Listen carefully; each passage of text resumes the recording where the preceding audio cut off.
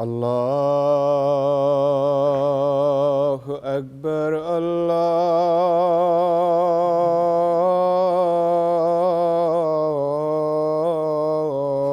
الله أكبر الله أكبر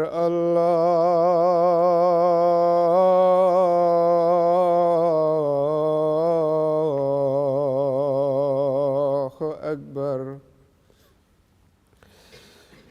أشهد أن لا إله إلا الله أشهد أن لا إله إلا الله أشهد أن محمدًا رسول الله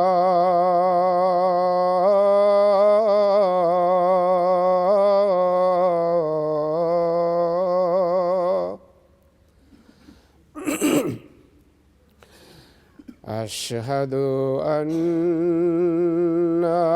محمدًا رسول الله حي على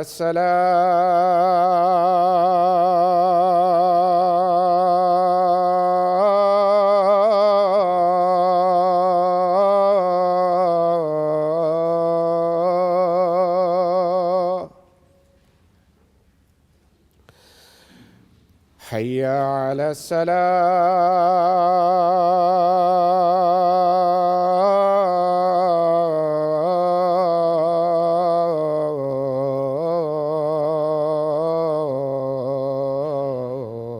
الصلاة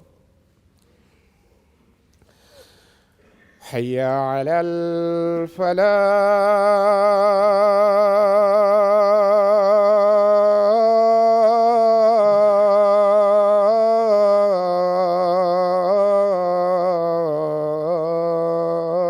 الفلاح حي على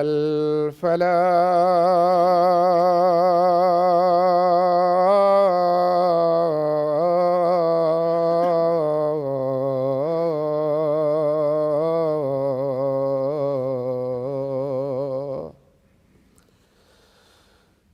الله أكبر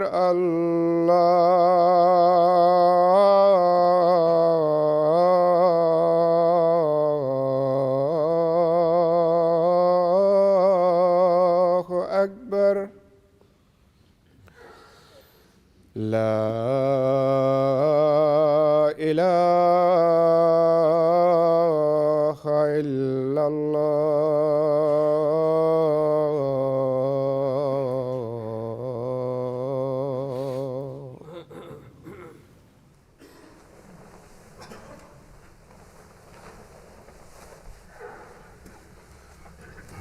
السلام علیکم ورحمۃ اللہ.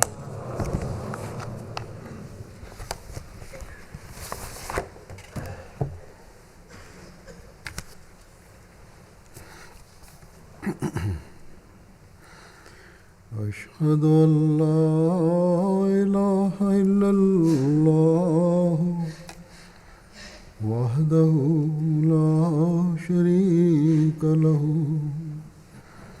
وأشهد أن محمدًا عبده ورسوله. أما بعد فأعوذ بالله من الشيطان الرجيم. بسم الله الرحمن الرحيم.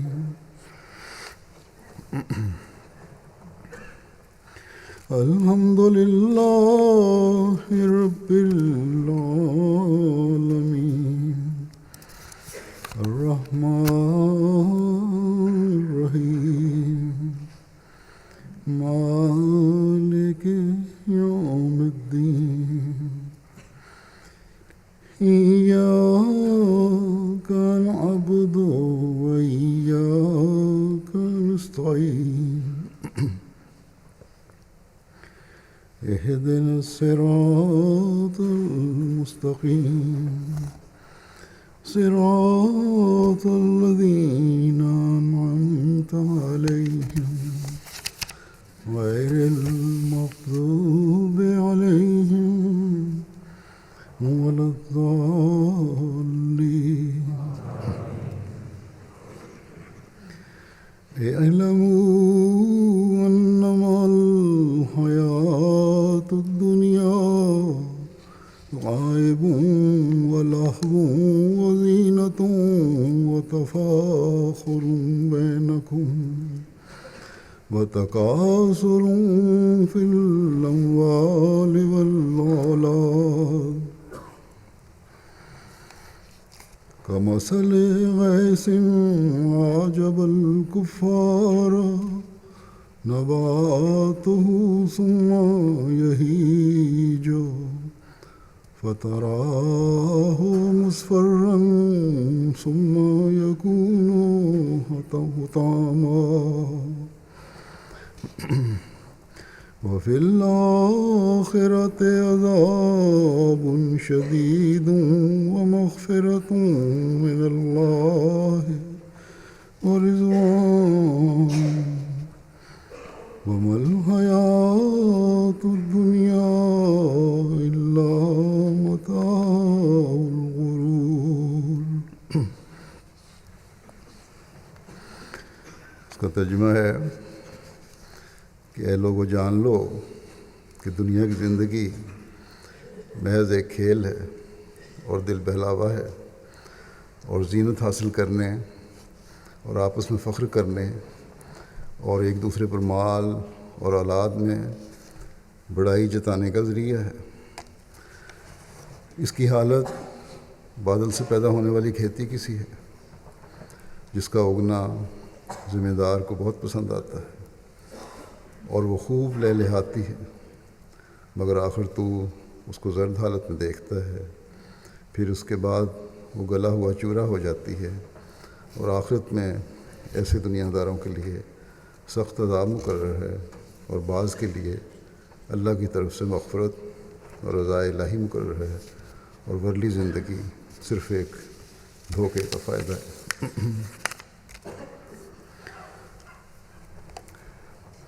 اللہ تعالیٰ نے قرآن کریم میں کئی جگہ اس طرح توجہ دلائی ہے، بلکہ تنبیہ کی ہے کہ اس دنیا کی ظاہری زندگی اور اس کی آسانیاں، اس کی آسائشیں، اس کا مال و متاع، یہ سب عارضی چیزیں ہیں، اور ان کی حیثیت کھیل کود اور دل بہلاوے کے سامان سے زیادہ کچھ نہیں۔ اللہ تعالیٰ سے غافل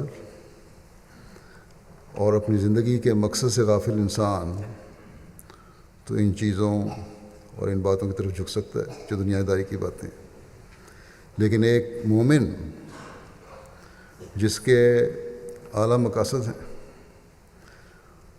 اور ہونے چاہیے، وہ ان باتوں سے بہت بلند ہے اور بلند ہو کر سوچتا ہے، اور اعلیٰ مقاصد کو اور اللہ تعالیٰ کے قرب کو اور اس کے پیار کو تلاش کرنے کی کوشش کرتا ہے۔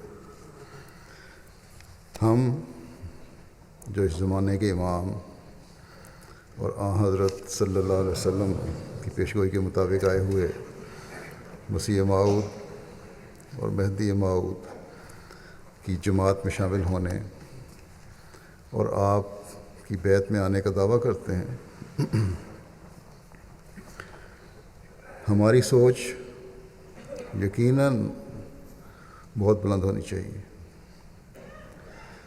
ہم جو احمدی کہلاتے ہیں، حقیقی احمدی اسی وقت بن سکتے ہیں جب ہم عارضی اور دنیاوی خواہشات اور لذات کو اپنا مقصد نہ بنائیں، بلکہ دنیا جو آج کل ان لذات میں گرفتار ہے، اور قدم قدم پر شیطان نے اپنے ایسے اڈے بنائے ہوئے ہیں جو ہر شخص کو جو اس دنیا میں رہتا ہے اپنی طرف متوجہ کرنے کی کوشش کرتا ہے۔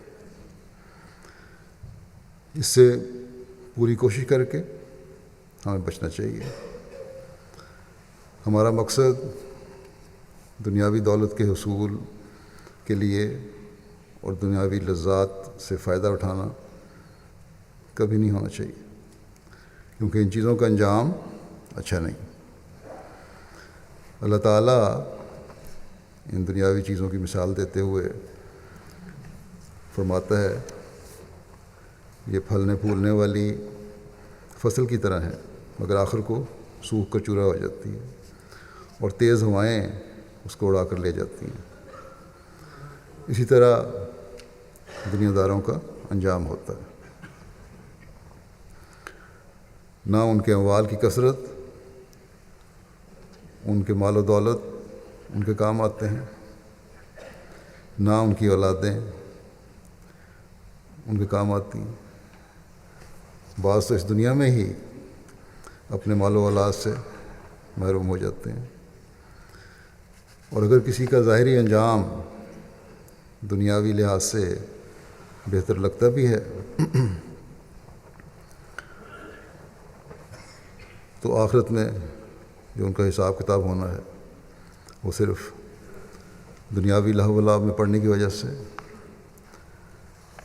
اور خدا تعالیٰ اور دین کا خانہ چھوڑنے اور خالی ہونے کی وجہ سے اور اس کی طرف زیادہ توجہ دینے کی وجہ سے انہیں عذاب میں مبتلا کرتا ہے۔ ہاں، بعض نیکیاں ایسی بھی ہوتی ہیں، اللہ تعالیٰ اپنی مغفرت کی چادر میں ڈھانپ کر ان سے مغفرت کا سلوک فرماتا ہے۔ اللہ تعالیٰ کی رحمت بہت وسیع ہے، اس کے تحت بعض لوگ رضائے الہی، اس کی رضا اپنی بعض نیکیوں کی وجہ سے حاصل کرنے والے بن جاتے ہیں، لیکن یاد رکھنا چاہیے اللہ تعالیٰ یہ فرماتا ہے کہ تم یاد رکھو کہ اس زندگی کو سب کچھ نہ سمجھو، اصل زندگی مرنے کے بعد کی زندگی ہے۔ اس لیے اللہ تعالیٰ کی رضا حاصل کرنے کے لیے، انجام بخیر کے لیے اللہ تعالیٰ سے تعلق اور اس کے حکموں پر چلنا ضروری ہے۔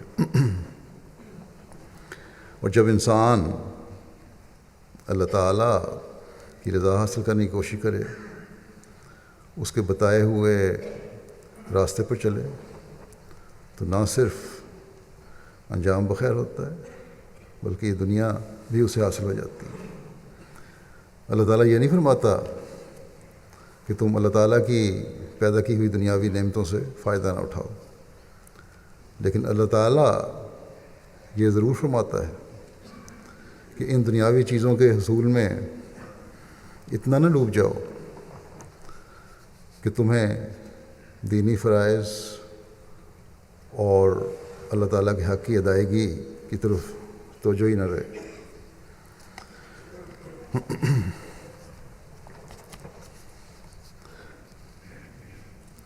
حضرت مسیح موعود علیہ الصلوۃ والسلام ایک جگہ فرماتے ہیں کہ جو لوگ خدا کی طرف سے آتے ہیں وہ دنیا کو ترک کرتے ہیں۔ اس سے مراد یہ ہے کہ دنیا کو اپنا مقصود اور غایت نہیں ٹھہراتے، صرف دنیا ہی ان کی مدد نہیں ہوتی، اور دنیا ان کی، اور جب یہ نہیں ہوتا تو فرمایا کہ دنیا ان کی خادم اور غلام بن جاتی ہے۔ اور پھر فرماتے ہیں جو لوگ برخلاف اس کے دنیا کو اپنا اصل مقصود ٹھہراتے ہیں، خواہ وہ دنیا کو کسی قدر بھی حاصل کر لیں، آخر کار ذلیل ہوتے ہیں۔ یہ بات جو آپ نے فرمائی یہ صرف اس زمانے کی یا پرانی بات نہیں ہے، بلکہ آج کل بھی جب خیال کیا جاتا ہے کہ دنیا کا مالی نظام بڑا مستحکم ہے اور بڑے بڑے بینک بھی موجود ہیں، نہ صرف یہ، اس کے باوجود یہ ہوتا ہے کہ بینکوں کے سہارے کاروبار اور تجارت کرنے والے اپنے کاروباروں اور تجارتوں سے ہاتھ دھو بیٹھتے ہیں، بلکہ یہ بھی دیکھنے میں آتا ہے کہ بینک بھی انتہائی نقصان پر جانا شروع ہو جاتے ہیں، جس کے نتیجے میں روز خبریں آ رہی ہوتی ہیں، کہیں بینکوں نے اپنے ملازمین کو نکال دیا ہے، اس میں کمی کر رہے ہیں، کہیں وہاں اپنی برانچیں بند کر رہے ہیں شہروں میں، بڑی بڑی کمپنیاں اپنے ملازمین کو فارغ کرتی ہیں، کئی کمپنیوں کو ان کے ملازمین اور پھر بینک بھی جنہوں نے قرضے دیے ہوتے ہیں عدالتوں میں گھسیٹتے ہیں، جہاں ان کو اپنے کاروباروں کو دیوالیہ ثابت کرنا پڑتا ہے، اپنے آپ کو بینکرپٹ ڈکلیئر کرنا پڑتا ہے، ان کی جائیدادیں فروخت ہو جاتی ہیں اور وہ کوڑی کوڑی کے محتاج بھی ہو جاتے ہیں۔ 2008 میں جو معاشی انحطاط ہوا اس کے اثرات ابھی تک چل رہے ہیں، بڑے بڑے کاروبار دیوالیہ ہو گئے، حتیٰ کہ حکومتیں بھی متاثر ہوئیں۔ تیل پیدا کرنے والے ممالک سمجھتے تھے کہ ہماری یہ دولت کبھی ختم ہی نہیں ہو سکتی، لیکن ہو گئی۔ ہوا کیا ان کے ساتھ؟ وہ وہاں بھی حکومتوں کو اپنے اخراجات کم کرنے پڑے، اپنے ملازموں کو نکالنا پڑا۔ مسلمان ملکوں کی بدقسمتی ہے کہ اللہ تعالیٰ نے انہیں جس دولت سے نوازا اسے وہاں کے بادشاہوں اور حکمرانوں اور سیاسی لیڈروں نے بجائے اللہ تعالیٰ کے حکم پر چلتے ہوئے اسے اللہ تعالیٰ کی رضا کا ذریعہ بناتے اپنی عیاشیوں میں لٹایا اور لٹا رہے ہیں۔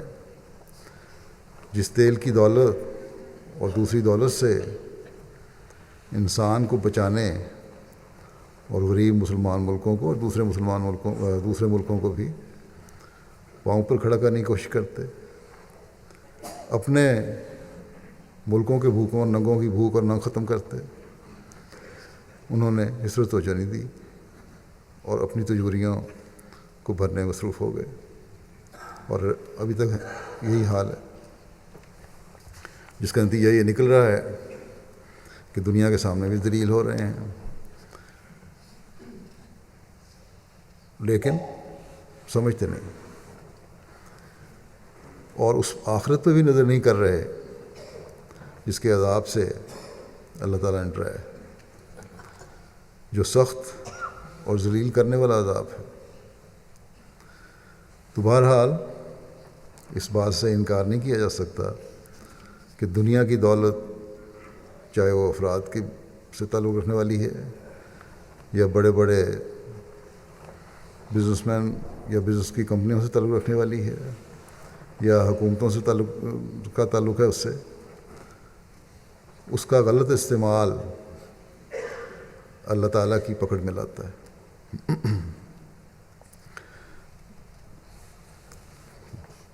چاہے تو وہ اس دنیا میں اور اگلے جہان میں دونوں جگہ عذاب دے، چاہے اس دنیا میں عارضی فائدہ اٹھا لیتے ہیں لوگ، اگلے جہان میں عذاب دے۔ بس بڑے خوف کا مقام ہے جو ہر عقل مند انسان کو، ایک حقیقی مسلمان کو، خاص طور پر اس کو جو اللہ تعالیٰ پر ایمان رکھتا ہے، ہمیشہ اپنے پیش نظر رکھنا چاہیے۔ اور صرف ظاہری طور پر ہی نہیں بلکہ عبادتوں اور اللہ تعالیٰ کے حکموں کو ماننے کے لیے ایک درد اور کوشش ہونی چاہیے۔ کہنے والے تو کہہ دیں گے کہ ہم تو نمازیں بھی پڑھتے ہیں، عبادتیں کرتے ہیں، روزے بھی رکھتے ہیں۔ اگر اللہ تعالیٰ نے جو نعمتیں پیدا کی ہیں اس کے حصول کی کوشش کرتے ہیں تو اس میں کیا برائی ہے؟ ایک تو عبادتوں میں اخلاص و وفا ہونا چاہیے، یہی اللہ تعالیٰ نے فرمایا کہ تمہاری عبادتیں بھی اخلاص و وفا والی ہونی چاہیے۔ دوسرے، نعمتوں سے اللہ تعالیٰ کی مخلوق کے حق بھی ادا کرنے چاہیے۔ ہمارے ہاں کیا ہے، ملکوں کے بادشاہ سیروں پر جانے کے لیے جہازوں کا بیڑا ساتھ لے کے جاتے ہیں، بڑے بڑے ساز و سامان ساتھ لے کے جاتے ہیں، کئی ملین ڈالر کے اخراجات ان کے اوپر ہوتے ہیں، اور اپنے ملک کے غریب ایسے بھی ہیں جن کو بعضوں کو ایک وقت کی روٹی بھی مشکل سے مل رہی ہے۔ تو یہ اللہ تعالیٰ کے حکم سے دوری ہے، ایک طرف اللہ تعالیٰ کا نام اور دوسرے اس کا نام لے کر پھر اس کے جو حکم ہے ان سے انکار کرنا، یہ پھر اللہ تعالیٰ کی سزا کا مورد بناتا ہے۔ اور یہ لہو و لعب ہے، ظاہری کھیل کود ہے اور ظاہری زینت اور تفاخر ہے، اپنے مال کا ناجائز اظہار ہے۔ اور ایسے ہی لوگوں کے بارے میں ایک جگہ حضرت مسیح موعود علیہ السلام نے فرمایا کہ ظاہری نماز روزہ اگر اس کے ساتھ اخلاص اور صدق نہ ہو کوئی خوبی اپنے اندر نہیں رکھتا۔ اور ایسے لوگوں کے بارے میں کی نمازوں کے بارے میں ہی اللہ تعالیٰ فرماتا ہے قرآن کریم میں کہ فویل للمصلین، کہ ایسے نمازیوں پر ہلاکت ہو۔ تو حقیقت میں تو اللہ تعالیٰ ایسی باتیں اور ایسے کام ہم سے چاہتا ہے جو ہماری روحانی حالت میں بہتری پیدا کرنے والی ہو۔ بندوں کے حقوق اس جذبے کے تحت ہم ادا کرنے والے ہوں جو ہمارے اندر درد پیدا کرے، نہ کہ ہم کسی پر احسان کر رہے ہوں۔ اور ایسی باتیں بھی اللہ تعالیٰ کے فضل کو پھر جذب کرنے والی بنتی ہیں، اور ایسی دولت بھی اللہ تعالیٰ کے فضلوں کا وارث بناتی ہے۔ اللہ تعالیٰ نے جیسا کہ میں نے کہا دنیا کی مال و دولت اور دنیا کمانے سے منع نہیں فرمایا۔ اللہ تعالیٰ نے جو نعمتیں پیدا کی ہیں یقیناً مومنوں کے لیے جائز ہیں، بشرطے کہ جائز ذریعے سے حاصل کی جائیں، اور وہ دین کے راستے میں اور اللہ تعالیٰ کی مخلوق کے حق ادا کرنے کے راستے میں روک نہ بنے، عبادتوں میں روک نہ بنے۔ حضرت صلی اللہ علیہ وسلم کو اس بات کی فکر تھی اپنی امت سے متعلق کہ جو پاک انقلاب آپ نے صحابہ میں پیدا کیا اور انہوں نے دین کو دنیا پر مقدم کرنے کی روح کو جس طرح سمجھا، وہ آئندہ آنے والے مسلمانوں میں مفقود نہ ہو جائے، ختم نہ ہو جائے۔ چنانچہ ایک موقع پر حضرت صلی اللہ علیہ وسلم نے فرمایا کہ میں اپنی امت کے بارے میں جس بات کا سب سے زیادہ اندیشہ کرتا ہوں، مجھے خطرہ ہے، خوف ہے یا فکر ہے، خوف تو نہیں فکر ہے، وہ یہ ہے کہ میری امت خواہشات کی پیروی کرنے لگ جائے گی اور دنیاوی توقعات کے لمبے چوڑے منصوبے بنانے میں لگ جائے گی، اور ان خواہشات کی پیروی کے نتیجے میں وہ حق سے دور چلی جائے گی، دنیا کمانے کے منصوبے آخرت سے غافل کر دیں گے۔ آپ صلی اللہ علیہ وسلم نے فرمایا کہ اے لوگو، یہ دنیا رخت سفر باندھ چکی ہے اور آخرت بھی آنے کے لیے تیاری پکڑ چکی ہے، دونوں طرف سے سفر شروع ہے۔ دنیا اپنے انجام کی طرف جا رہی ہے، آخر قیامت آنی ہے اور آخرت میں بھی حساب کتاب ہونا ہے، وہاں بھی تیاری شروع ہے۔ اور فرمایا کہ اور ان دونوں میں سے ہر ایک کے کچھ غلام اور بندے ہیں، دنیا کے بھی کچھ غلام ہیں، کچھ آخرت کی فکر کرنے والے بھی ہیں۔ فرمایا پس اگر تم میں استطاعت ہو کہ دنیا کے بندے نہ بنو تو ضرور ایسا کرو، تم اس وقت عمل کے گھر میں ہو اور ابھی حساب کا وقت نہیں آیا، مگر کل تم آخرت کے گھر میں ہوگے اور وہاں کوئی عمل نہیں ہوگا، جو عمل ہونے ہیں جن کا نتیجہ ملنا ہے وہ اسی دنیا میں ملنا ہے، اس لیے اپنے اعمال ٹھیک کرو۔ بس یہ دنیا عمل کا گھر ہے، اس دنیا کے اعمال اگلے جہان میں جزا یا سزا کا ذریعہ بنیں گے۔ بس کیا ہی خوش قسمت ہیں ہم میں سے وہ جو اللہ تعالیٰ کی اس بات کو یاد رکھیں کہ یہ دنیا محض لہو و لعب ہے اور زینت کے اظہار اور ایک دوسرے پر اپنے مال اور اولاد کی وجہ سے فخر کرنا ہے، اور اس کی حیثیت کیا ہے؟ اس کی سوکھے ہوئے گھاس پھوس سے زیادہ کوئی حیثیت نہیں۔ جو خشک ہوتا ہے چورا چورا ہو جاتا ہے اور ہوائیں اس کو اڑا کر لے جاتی ہیں۔ اصل چیز اللہ تعالیٰ کی رضا کو حاصل کرنا ہے،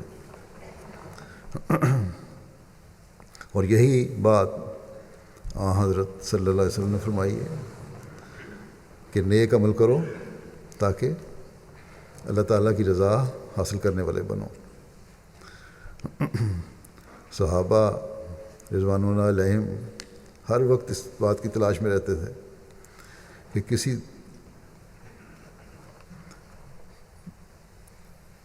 کس طرح اور کون سے ذریعے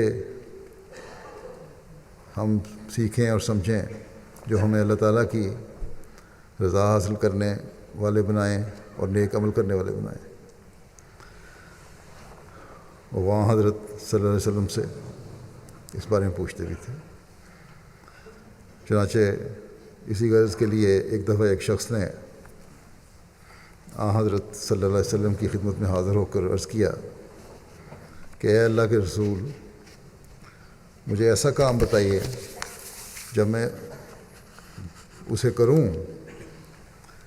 تو اللہ تعالیٰ مجھ سے محبت کرنے لگے اور باقی لوگ مجھے چاہنے لگے، اللہ تعالیٰ کی محبت بھی ہو جائے اور بندے بھی مجھے پسند کریں۔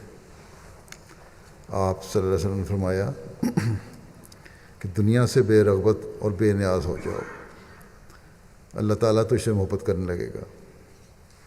جو کچھ لوگوں کے پاس ہے یعنی دنیاوی مال و متاع، اس کی خواہش چھوڑ دو، لوگوں کی طرف حریص نظر سے نہ دیکھو، لوگوں کے مالوں کو حریص نظر سے نہ دیکھو، لوگ تجھ سے محبت کرنے لگ جائیں گے۔ دنیا سے بے رغبتی یہ نہیں ہے کہ معاشرے سے انسان بالکل کٹ جائے یا دنیا سے بالکل کٹ جائے۔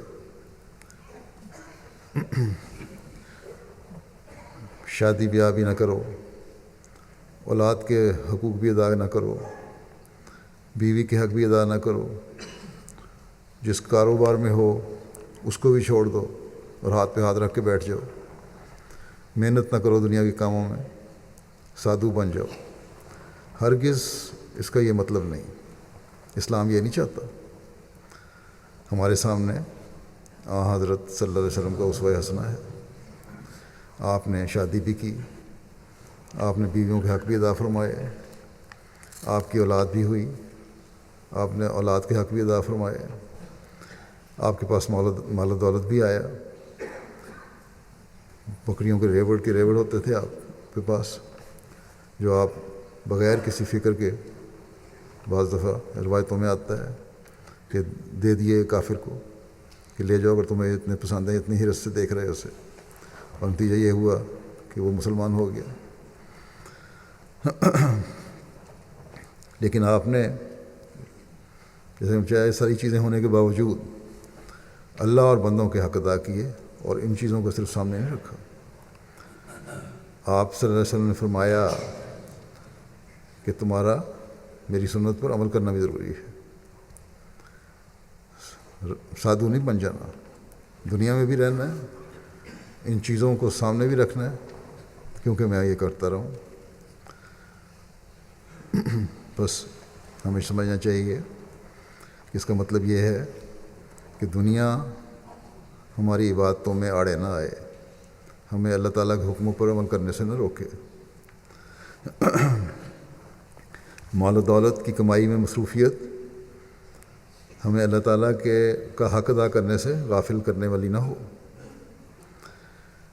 اور اسی طرح دوسرے کی دولت اور جائیداد پر حرص کی نظر نہیں ہونی چاہیے، کیونکہ حرص کی نظر ہی ہے جو پھر دوسروں کو نقصان پہنچانے کا بھی سوچ پیدا کرتی ہے، اور دنیا میں جو فساد ہے وہ بھی اسی حرص کی وجہ سے ہے۔ بڑی بڑی طاقتیں چھوٹے ملکوں کی نظر صرف اس لیے رکھ رہی ہیں کہ ہمارے زیر نگیں ہوں گے، اور ان کی جو دولت ہے، ان کی جو قدرتی وسائل ہیں، وہ اس سے ہم فائدہ اٹھائیں۔ بس یہ دنیا میں فساد بھی اس لیے پیدا ہوتا ہے، چاہے وہ افراد کے درمیان میں ہو یا بڑی حکومتوں کے درمیان میں ہو، جب دوسروں کی دولت پر نظر ہو۔ اس لیے فرمایا قناعت پیدا ہونی چاہیے تمہیں، حرص سے نہ دیکھو دوسروں کو۔ ہاں، اپنی صلاحیتوں اور اپنے ہنر کو کام میں لاؤ، محنت کرو، اور پھر جب محنت کرے انسان تو پھر دولت کمانے میں کوئی حرج نہیں ہے، بشرطے کہ یہ مال اللہ تعالیٰ اور اس کے بندوں کے حق میں کے حق ادا کرنے میں بھی روک نہ بنے۔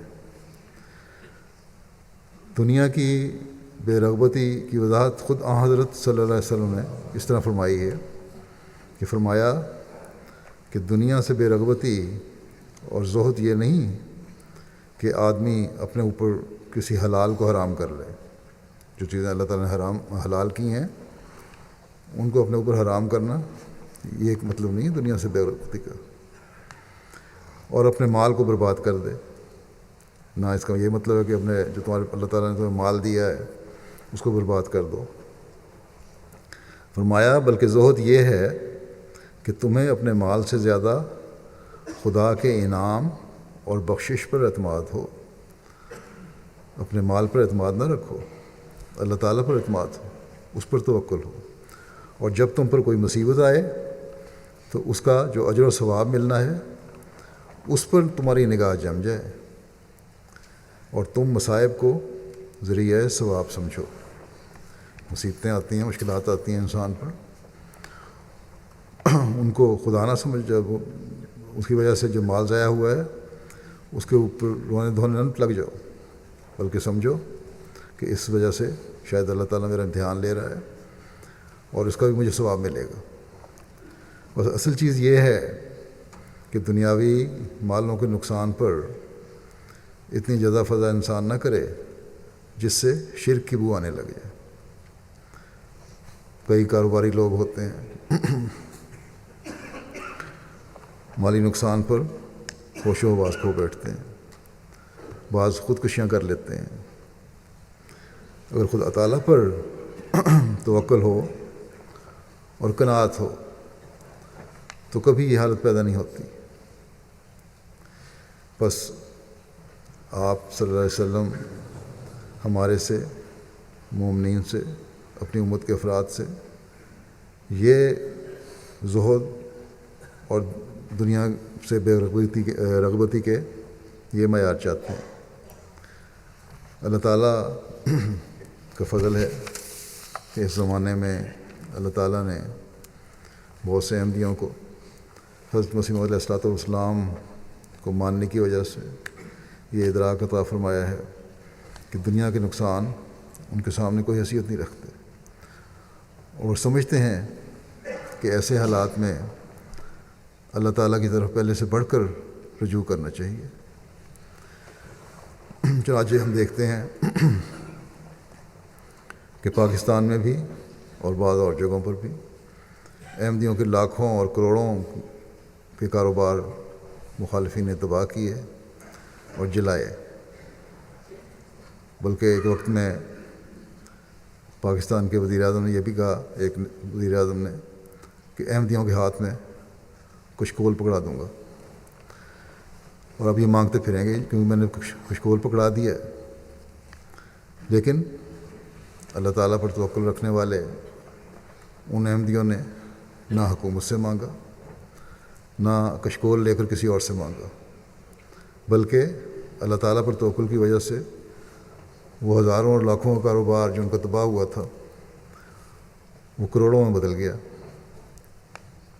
بس یہ مثالیں جہاں احمدیوں کے ایمان کو مضبوط کرنے کے لیے ہیں، وہاں اپنے حالات کی وجہ سے باہر نکلے ہوئے احمدیوں کے لیے، دوسرے ممالک میں، ترقی یافتہ ممالک میں آئے ہوئے احمدیوں کے لیے یہ احساس پیدا کرنے والی بھی ہونی چاہیے کہ پاکستان سے باہر نکل کر اللہ تعالیٰ نے جو مالی لحاظ سے بہتری عطا فرمائی ہے، یہ محض اور محض اللہ تعالیٰ کا فضل ہے۔ بس جب یہ اللہ تعالیٰ کا فضل ہے اور حضرت مسیح موعود علیہ السلام کی بیعت کی برکت کی وجہ سے یہ ہے، تو پھر ہمارے بہتر حالات کسی قسم کے تفاخر کا ذریعہ نہیں ہونا چاہیے، کوئی فخر نہیں ہمیں اس پہ ہونا چاہیے۔ ہمیں مال اور دولت پر دنیا داروں کی طرح گرنا نہیں چاہیے، ہمیں حریص نظر سے دوسرے کے مال کو دیکھنا نہیں چاہیے، بلکہ حضرت صلی اللہ علیہ وسلم کے فرمان کے مطابق اگر کسی چیز کو رشک کی نگاہ سے دیکھنا ہے تو دینی لحاظ سے اپنے سے بہتر کو ہمیں دیکھنا چاہیے، اور دیکھ کر پھر اسے یا ویسا بننے کی کوشش کرنی چاہیے دینی لحاظ سے، یا اس سے بھی بہتر بننے کی کوشش کرنی چاہیے۔ حضرت مسیح موعود علیہ السلام نے بھی بڑی تفصیل سے اس مضمون کو بیان فرمایا ہے قرآن کریم کی تعلیم کی روشنی میں۔ حضرت صلی اللہ علیہ وسلم کے ارشادات کے سمجھتے ہوئے سب سے زیادہ تو فہم اور ادراک آپ کو تھا کہ ہمیں دنیا کے شغلوں اور مالوں کو کس حد تک اپنانا چاہیے۔ چنانچہ ایک موقع پر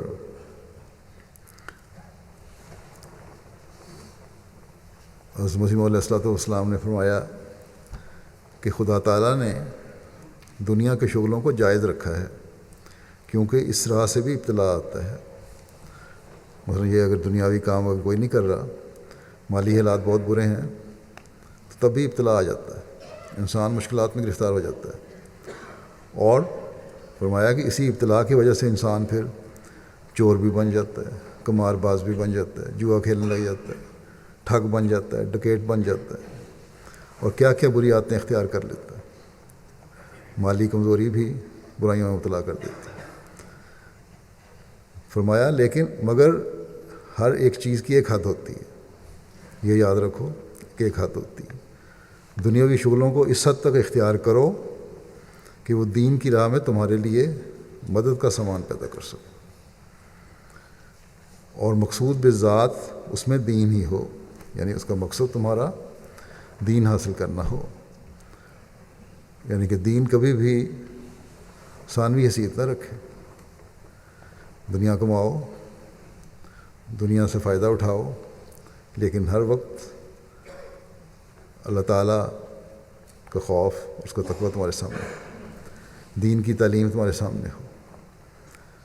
فرمایا کہ پس ہم دنیاوی شغلوں سے بھی منع نہیں کرتے، اور یہ بھی نہیں کہتے کہ دن رات دنیا کے دھندوں اور بکھیڑوں میں منہمک ہو کر خدا تعالیٰ کا خانہ بھی دنیا ہی سے بھر دو، نہیں خدا یاد ہی نہ رہے، باتوں کے وقت ہی دنیاوی چیزوں میں ملوث ہو، نمازوں کے وقت میں انٹرنیٹ پہ مصروف ہو، فلمیں دیکھنے میں مصروف ہو، یا کوئی اور پروگرام دنیاوی دیکھ رہے ہو، یہ نہیں۔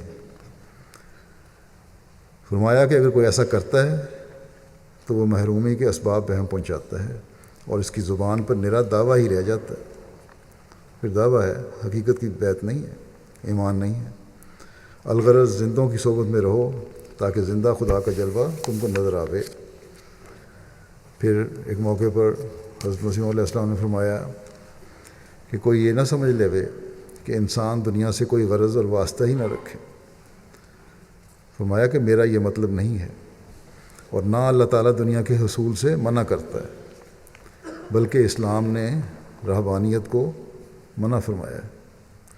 یہ بزدلوں کا کام ہے، دنیا سے ہٹ کے رہو گے، یہ بھی بزدلوں کا کام ہے۔ مومن کے تعلقات دنیا کے ساتھ جس قدر وسیع ہوں وہ اس کے مراتب عالیہ کا موجب ہوتے ہیں، کہ دنیا کے تعلقات بھی ہوں لیکن دنیا مقصود بھی نہ ہو، کیونکہ اس کا نصب العین دین ہوتا ہے، اور دنیا اس کا مال و جا دین کا خادم ہوتا ہے۔ بس اصل بات یہ ہے کہ دنیا مقصود بذات نہ ہو، بلکہ حصول دنیا میں اصل غرض دین ہو، اور ایسے طور پر دنیا کو حاصل کیا جاوے کہ وہ دین کی خادم ہو۔ جیسے انسان کسی جگہ سے دوسری جگہ جانے کے واسطے سفر کے لیے سواری اور ذات راہ کو ساتھ لیتا ہے، تو اس کی اصل غرض منزل مقصود پر پہنچنا ہوتی ہے، نہ کہ سواری اور راستہ کی ضروریات۔ اسی طرح پر انسان دنیا کو حاصل کرے مگر دین کا خادم سمجھ کر۔ پھر اس سلسلے میں آپ قرآن کریم میں اللہ تعالیٰ کی سکھائی ہوئی اس دعا کہ ربنا آتنا فی الدنیا حسنۃ وفی الآخرۃ حسنۃ کا ذکر کرتے ہوئے فرماتے ہیں کہ اللہ تعالیٰ نے جو یہ تعلیم فرمائی ہے کہ ربنا آتنا فی الدنیا حسنۃ وفی الآخرۃ حسنۃ، اس میں بھی دنیا کو مقدم کیا ہے، لیکن کس دنیا کو؟ حسنۃ دنیا کو، ایسی دنیا کو، اس دنیا کی حسنات کو جو آخرت میں حسنات کا موجب ہو جاوے۔ اس دعا کی تعلیم سے صاف سمجھ میں آتا ہے کہ مومن کو دنیا کے حصول میں حسنات الآخرہ کا خیال رکھنا چاہیے، اور ساتھ ہی حسنۃ دنیا کے لفظ میں ان تمام بہترین ذرائع حصول دنیا کا ذکر آ گیا جو ایک مومن مسلمان کو حصول دنیا کے لیے اختیار کرنی چاہیے۔ دنیا کو ہر ایک طریق سے حاصل کرو جس کے اختیار کرنے سے بھلائی اور خوبی ہی ہو، نہ وہ طریق جو کسی دوسرے بنی نوع انسان کی تکلیف رسائی کا موجب ہو، نہ ہم جنسوں میں کسی عار و شرم کا باعث۔ ایسی دنیا بے شک حسنۃ الآخرہ کا موجب بن جاتی۔ پھر عذاب اور جہنم کا ذکر کرتے ہوئے فرماتے ہیں کہ سمجھنا چاہیے کہ جہنم کیا چیز ہے۔ ایک جہنم تو وہ ہے جس کا مرنے کے بعد اللہ تعالیٰ نے وعدہ دیا ہے، دوسرے یہ زندگی بھی اگر خدا تعالیٰ کے لیے نہ ہو تو جہنم ہی ہے۔ اللہ تعالیٰ ایسے انسان کا تکلیف سے بچانے اور آرام دینے کے لیے متولی نہیں ہوتا۔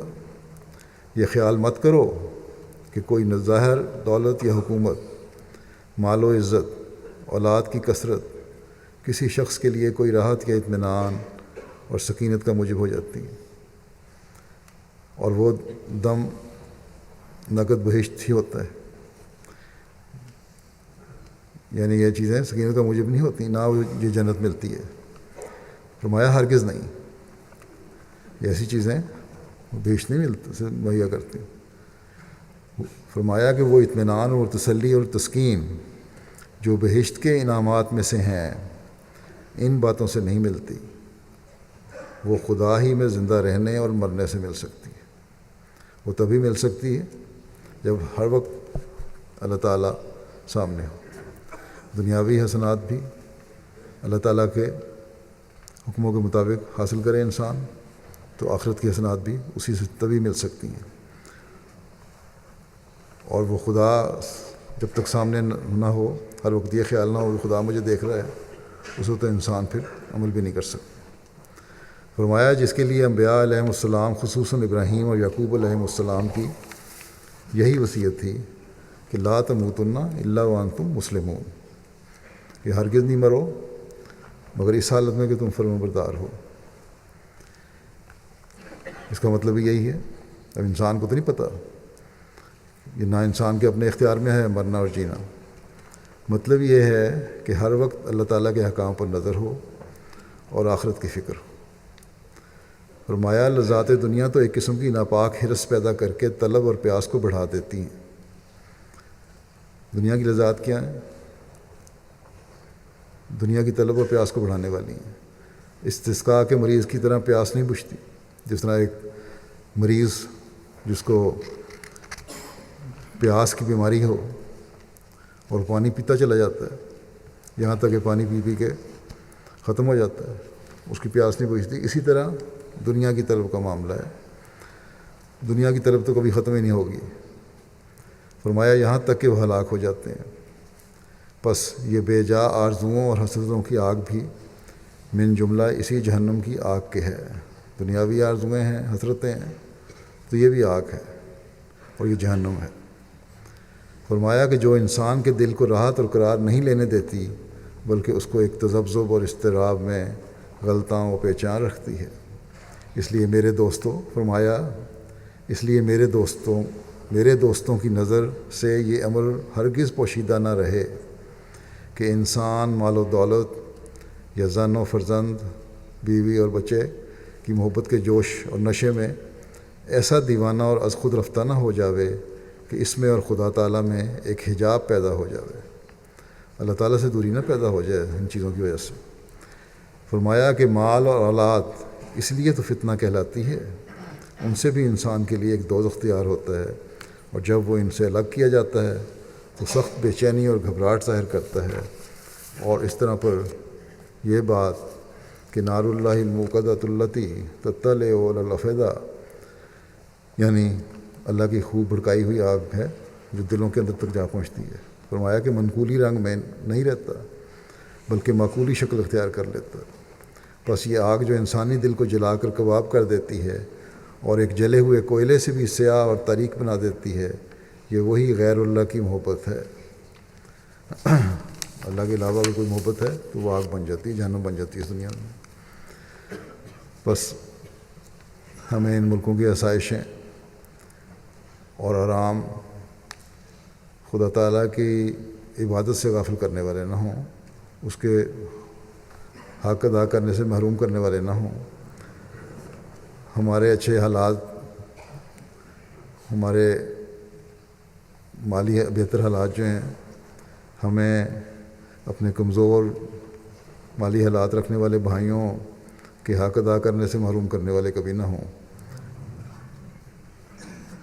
اسی طرح اشاعت اسلام اور تبلیغ اسلام میں بھی ہم اپنا کردار ادا کرنے والے ہوں، نہ کہ اس مقصد کو بھول جائیں۔ حضرت مسیح علیہ السلام کی بیعت میں آنے کا مقصد یہی ہے کہ اللہ تعالیٰ کے بھی حق ادا کیے جائیں اور بندوں کے حق ادا کیے جائیں، اور تبلیغ کا جو حق ہے، مقصد ہے اشاعت اسلام کا، اس کو پورا کیا جائے۔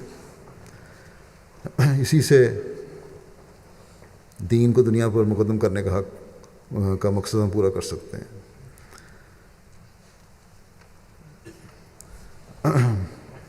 ہم ہمیشہ اللہ تعالیٰ کرے کہ ہم ہمیشہ اللہ تعالیٰ کی رضا کی تلاش میں رہیں اور اس دنیا کے دھوکے کی والی زندگی کبھی ہم پر حاوی نہ ہو۔ ہم اس دنیا کے جہنم سے بچنے والے ہوں اور آخرت کی جہنم سے بھی بچنے والے ہوں۔ اللہ تعالیٰ کا فضل اور اس کی رضا ہمارے لیے اس دنیا کو بھی جنت بنا دے اور آخرت میں بھی جنت ہم حاصل کرنے والے ہوں۔ نماز کے بعد میں 2 جنازہ غائب بھی پڑھاؤں گا. جب ایک جنازہ ہے مکرم بشارت احمد صاحب، مکرم محمد عبداللہ صاحب خانپور ضلع رحیم یار خان کا، جن کو 3 مئی کو شہید کر دیا گیا. انا للہ و انا الیہ راجعون. ان کی تفصیلات کچھ اس طرح ہیں کہ بشارت احمد صاحب شہید کا گھر کانپور میں گرین ٹاؤن میں ہے، اور ان کا کاروبار، ان کا پیٹرول پمپ تھا جو 4-5 کلومیٹر کے فاصلے پر ہے. 3 مئی کو یہ رات کو 8 بجے حسب معمول اپنے پیٹرول پمپ سے موٹر سائیکل پر گھر کے لیے روانہ ہوئے. ابھی 1 کلومیٹر کا فاصلہ ہی طے کیا تھا کہ نامعلوم افراد نے روک کر بڑے قریب سے آپ کو گولی ماری، جو دائیں طرف کی کنپٹی کے قریب سے لگ کر دوسری طرف نکل گئی، جس سے موقع پر بھی آپ شہید ہو گئے. انا للہ و انا الیہ راجعون.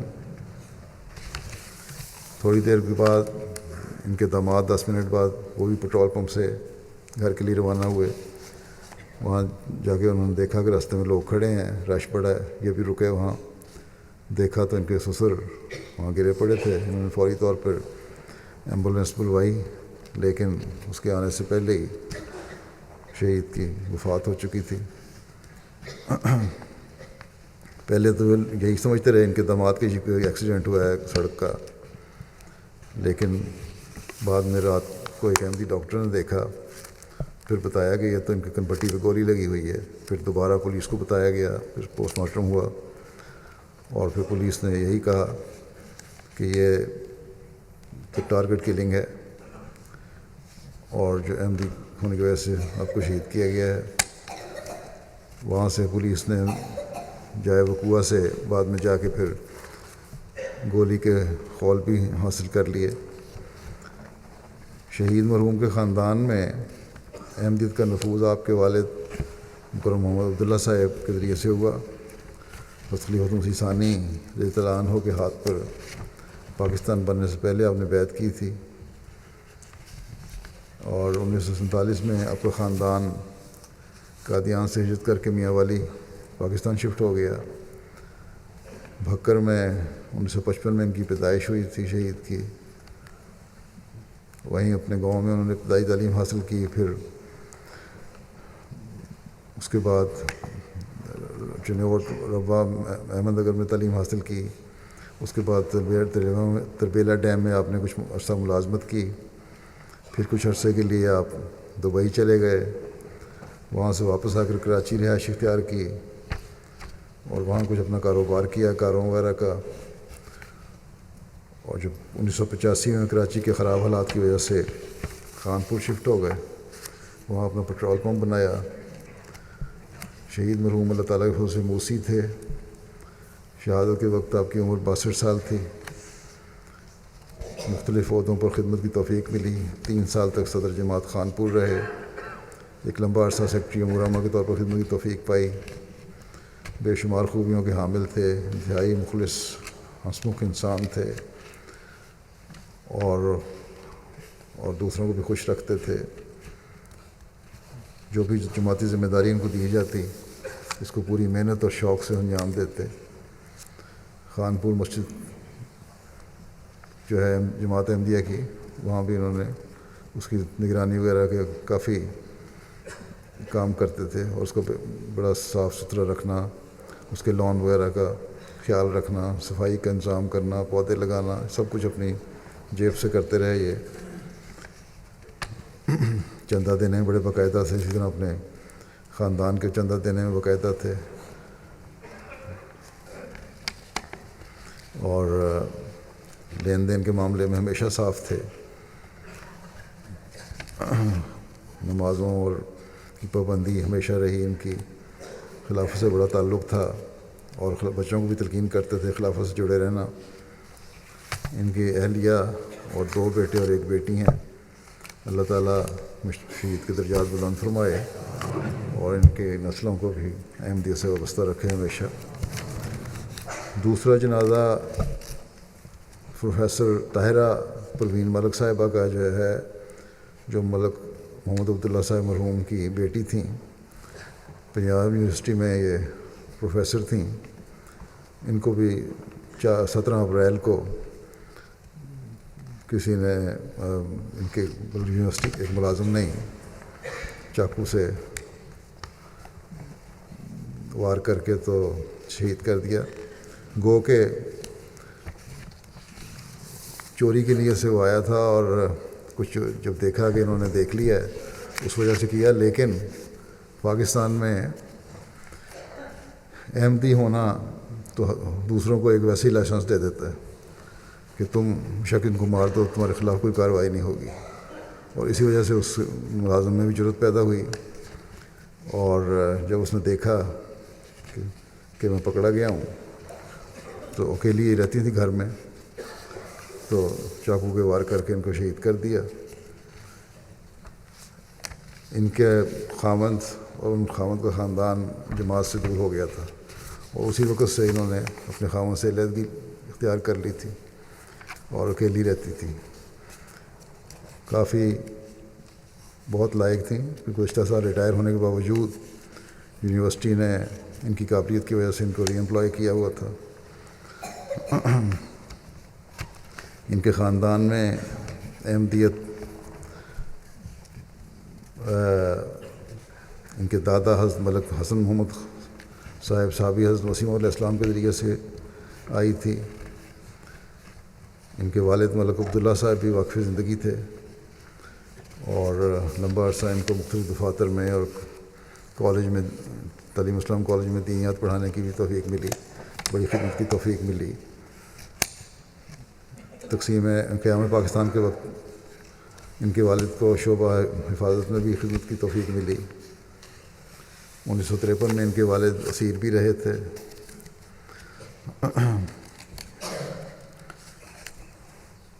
بڑی لائق خاتون تھیں. انہوں نے ابتدائی تعلیم ربا سے حاصل کی, پھر اس کے بعد لاہور کالج فار ویمن سے BSc کیا, پھر پنجاب یونیورسٹی سے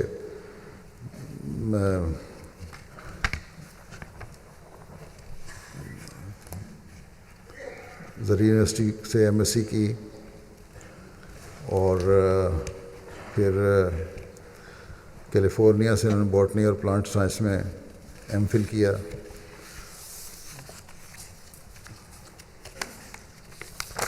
اللہ تعالیٰ مرحومہ سے مغفرت الرحم کا سلوک فرمائے, ان کے درجات بلند کرے. ان کی کوئی ایک صدمہ جو تھا, ہمیشہ ان کی بیٹی بھی جماعت سے اپنے والد کے ساتھ ہی علیحدہ ہو گئی تھی. اللہ تعالیٰ اس کو توفیق دے کے دوبارہ جماعت میں شامل ہو جائے اور ان کی دعائیں اس کو لگیں. تو ان کا بھی جنازہ اس کے ساتھ ہی, جیسا کہ میں نے کہا, نماز کے بعد پڑھاؤں گا.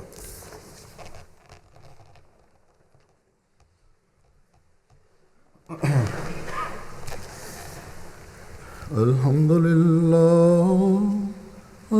لله نحمده ونستعينه ونستغفره ونؤمن به ونتوكل عليه ونعوذ بالله من شرور أنفسنا ومن سيئات أعمالنا. من يهده الله فلا مضل له ومن يضلل فلا هادي له. ونشهد أن لا إله إلا الله ونشهد أن محمدا عبده ورسوله. عباد الله رحمكم الله إن الله يأمر بالعدل والإحسان وإيتاء ذي القربى وينهى عن الفحشاء والمنكر والبغي يعظكم لعلكم تذكرون. اذكروا الله يذكركم وادعوه يستجب لكم ولذكر الله